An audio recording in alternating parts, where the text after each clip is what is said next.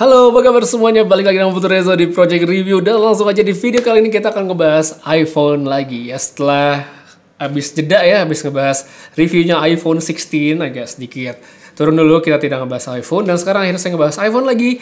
Tapi bukan iPhone 16 Pro, melainkan ada iPhone 15 Pro, iPhone 15 Pro.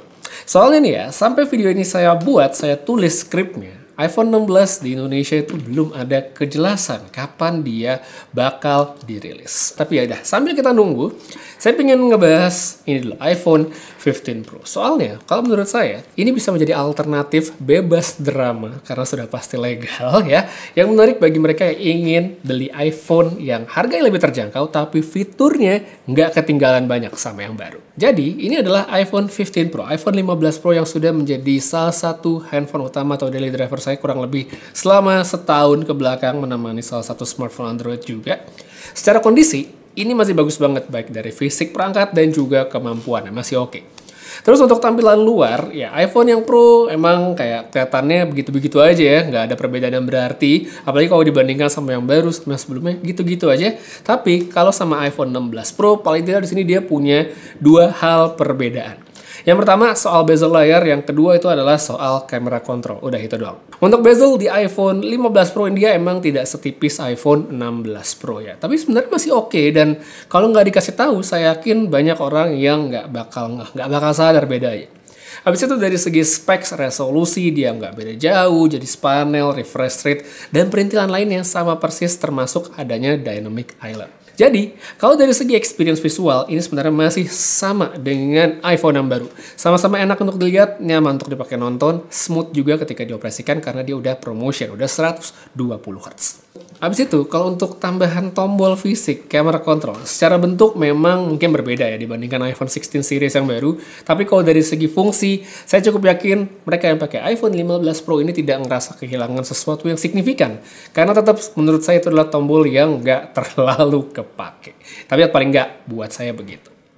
Nah, satu lagi, sebenarnya ada perbedaan juga nih dari iPhone 15 Pro dan dibandingkan dengan 16 Pro, yaitu dari segi ukuran. Jadi 15 Pro ini memang sedikit lebih kecil ya kalau kita bandingkan dengan yang 16 Pro. Sisanya udah semuanya sama, termasuk untuk port USB-C yang memang menjadi pembeda iPhone 15 Pro dengan iPhone yang lebih lama. Kemudian kalau kita ngomongin soal specs ya, namanya iPhone, umurnya juga masih setahunan doang, tentu ini masih bagus. Dia pakai chipset A17 Pro, A17 Pro yang ya bisa dikatakan lebih dari cukup lah untuk menandai sebuah iPhone. iPad mini yang baru aja kan chipsetnya sama, pakai A17 Pro. Jadi kita bisa dapat bayangan sebenarnya kalau secara performa masih oke banget. RAM yang terinstall di sini juga udah 8 GB, sama seperti iPhone 16 series terbaru. Untuk storage ya balik ke preferensi masing-masing ya, pilihannya beda-beda. Tapi kalau saya bisa kasih saran, belilah 256 ke atas karena 128 itu agaknya akan terasa kecil untuk pemakaian jangka panjang ya. Nantinya gitu mungkin baru bakal berasa. Bisa jadi nanti itu kita kurang untuk nyimpen foto, nyimpen video, kurang buat nyimpen game, atau kurang buat sekedar update iOS aja. Karena kalau misalnya storage-nya kurang, kita nggak bisa update iOS. Selain itu, untuk yang memaksimalin potensi kamera dari si iPhone 15 Pro, seperti perekaman video ProRes yang versi 128 ini kan ngelimit. Jadi kalau kita nggak colok ke SSD atau penyimpanan eksternal, dia nggak bisa ngerekam ProRes, sedangkan kalau 256 ke atas, itu tanpa SSD aja udah bisa ngerekam dengan format ProRes. Nah, di luar hal itu, secara performa saya merasa sih nggak ada hal yang signifikan beda kalau dibandingkan dengan iPhone yang terbaru sekalipun. Ini handphone masih lancar banget, masih smooth, masih bisa diandelin. Dari pemakaian harian, bikin konten itu masih aman banget. Mau dipakai main game juga masih oke ya, setting grafis tinggi masih bisa berjalan dengan cukup baik. Tapi saya bisa bilang juga kalau ini jelas bukan yang terbaik. Jangankan sekarang, ya dari awal saya punya iPhone 15 Pro pun, saya tuh emang nggak terlalu suka nge-game di iPhone ini karena kayak berasa kurang maksimal gitu. Tapi intinya bisa, dan saya yakin banget untuk mayoritas user itu akan puas sama performa gamingnya. Apalagi kalau gamingnya itu cuma apa? Mobile Legend atau mungkin main Pokemon TCG yang baru gitu, ini pasti aman banget. Kemudian kalau kita lihat juga dari segi baterai, untuk pemakaian harian dia masih cukup awet ya sebenarnya. Cuma kalau ditanya awet banget seawet 16 Pro, Dalam pakaian normal, ya kalau misalnya kita pagi full charge, terus dipakai komunikasi, scrolling sosmed, nonton, sama main game, sore atau malam dia udah pasti lowbat.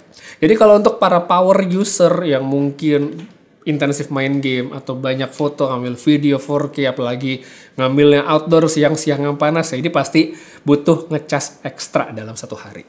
Selain dari segi hardware yang masih bagus, software juga saya bisa bilang highlight atau sesuatu yang underrated lah dari smartphone ini. Saya nggak ngomongin soal update iOS yang pasti masih panjang ya, itu udah pasti bertahun-tahun ke depan masih dapat, tapi lebih ke update Apple Intelligence. Jadi iPhone 15 Pro Series ini masih mendapat update Apple Intelligence seperti iPhone 16 terbaru.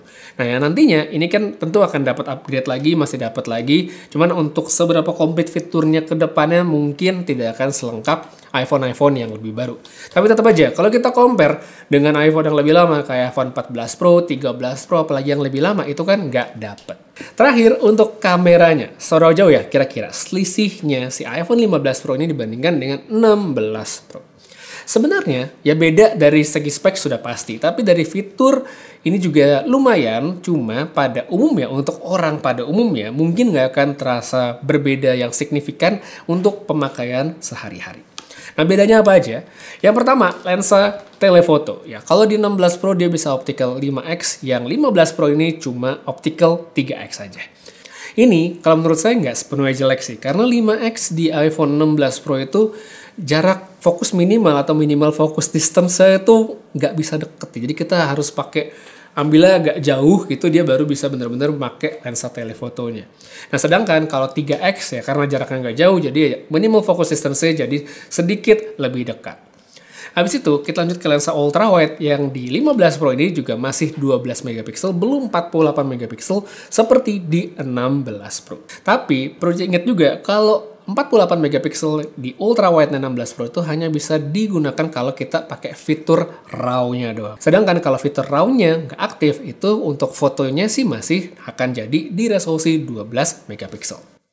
Terus untuk fitur pendukung lainnya seperti ada photographic style serta audio mix yang bisa dibilang salah satu highlight di iPhone 16 series, itu tidak ada atau tidak sama di iPhone 15 Pro. Ya, photographic style ada tapi tampilannya fungsinya itu berbeda sekali seperti yang ada di iPhone baru. Sebenarnya saya nggak kaget fitur ini nggak dikasih Apple di iPhone yang lebih lama karena emang dari tahun ke tahun ya Apple seperti itu. Sisanya kalau untuk fitur foto RAW dan juga perekaman video ProRes ya itu masih tersedia dan bisa diakses di smartphone ini. Kalau dari segi hasil, tentu saya bisa bilang iPhone 15 Pro masih bisa dibilang bagus untuk standarnya iPhone. Masih oke, dan saya yakin masih banyak orang yang akan puas sama hasil kameranya. Lensa utama masih bisa diandelin untuk dapetin foto yang memuaskan, detailnya masih oke, warna juga cukup akurat, ya seperti iPhone pada umumnya. Lensa ultrawide 12 megapiksel juga masih oke banget untuk kita pakai foto yang lebih lebar ketika dibutuhkan kayak landscape atau apa sejenisnya. Telefoto 3x juga nggak masalah sama sekali, saya yakin masih akan banyak yang puas dengan hasil kameranya, meskipun ya kalau misalnya mau foto yang jauh-jauh kayak foto konser segala macam ya udah lupain aja gitu. Nah, kalau dibandingkan sama iPhone 16 Pro sendiri, perbedaan sudah pasti ada. Namanya juga iPhone yang lebih lama dengan yang lebih baru, ya pasti ada perbedaan. Cuma untuk mayoritas orang, saya yakin yang akan kelihatan minor dan nggak signifikan. Lanjut ke bagian video. Perbedaan yang menurut saya paling signifikan di sini adalah perekaman videonya. Karena di 15 Pro belum tersedia 4K 120 fps.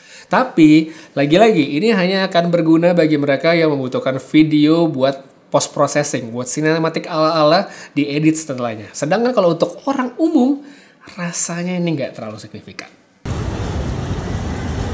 Ya, sekarang kita coba itu untuk rekaman video. Ini pakai iPhone 15 Pro, 15 Pro tentunya masih bagus untuk banyak orang. Saya yakin masih banyak yang puas, tapi kalau misalnya tanya seberapa bagus atau seberapa jauh kira-kira selisihnya dengan iPhone 16 Pro, ya sebenarnya mungkin nggak terlalu yang signifikan banget, tapi ya ada perbedaannya. Langsung lihat, kalau misalnya mungkin kita pindah ke ultrawide kali ya. Pindah ke ultrawide. Mungkin ada sedikit perbedaan, tapi tidak signifikan. Kita balikin ke satu lagi. Audio bisa dengar, oke atau enggak silahkan di komentarin aja. Oke, sekarang kita pindah ke kamera depan dari kedua iPhone ini. Ada iPhone 16 Pro dan iPhone 15 Pro. Dengan videonya masih dengan 4K 30 fps, bisa langsung lihat perbedaannya mungkin dari skin tone, Dari warna kaos saya juga mungkin ada perbedaan. Dynamic range, audio juga saya ganti-ganti, saya tuker-tuker supaya kalian bisa dengar sisih atau perbedaan output atau ya tangkapan audio dari kedua iPhone yang berselisih setahun ini. Oke atau enggak, silahkan komentar aja di bawah. Nah, yang ini compare sama iPhone 16 Pro, iPhone 16 Pro dengan iPhone 15 Pro. Ya kan, tidak ada perbedaan yang luar biasa signifikan, masih sama-sama aja.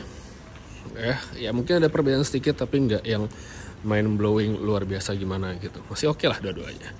So, kalau kalian masih pingin beli iPhone 15 Pro, ya masih oke banget. Oke, sekarang ini buat kamera depan dari iPhone 16 Pro dan iPhone 15 Pro. Ya, kondisinya ya malam hari tapi masih cukup banyak lampu di sekitar saya. Ya, low light banget sebenarnya juga enggak. Tapi paling tidak bisa dapat representasi dari hasil smartphone ini untuk kameranya bahwa tidak ada selisih yang signifikan. Ya, oke, kayaknya itu dulu untuk testing kali ini. Kita langsung aja ke akhir videonya. Jadi, kesimpulannya kalau misalnya untuk iPhone 15 Pro, tentu ini masih menjadi salah satu alternatif iPhone yang sangat layak dicoba, layak dipertimbangkan bagi yang ingin membeli iPhone baru, harganya lebih terjangkau, dan fiturnya nggak ketinggalan banyak sama iPhone yang lebih baru. Tambah lagi, ya selain karena 16 series saya belum ada kejelasan, paling tidak sampai video ini saya buat ya, kalau nanti kalian nontonnya sebulan atau 2 bulan ke depan ya mungkin udah rilis ya. Tapi buat yang mungkin juga belum tahu, iPhone 15 Pro series ini sudah discontinue sama Apple. Jadi sudah tidak diproduksi lagi. Jadi kemungkinan untuk membeli versi baru itu semakin lama akan semakin menipis karena stoknya pasti bakal habis. Jadi salah satu alternatif yang bisa dipertimbangkan itu adalah membeli dalam kondisi second ya. Kemungkinan untuk iPhone 15 Pro ya. Silakan dicari yang kira-kira kondisinya oke. Kalau misalnya kalian bisa dapat yang oke, ya ini salah satu iPhone yang layak dipertimbangkan karena selisihnya dengan 16 Pro menurut saya tidak akan signifikan bagi banyak orang. Jadi ya itu dia, kayak nyala.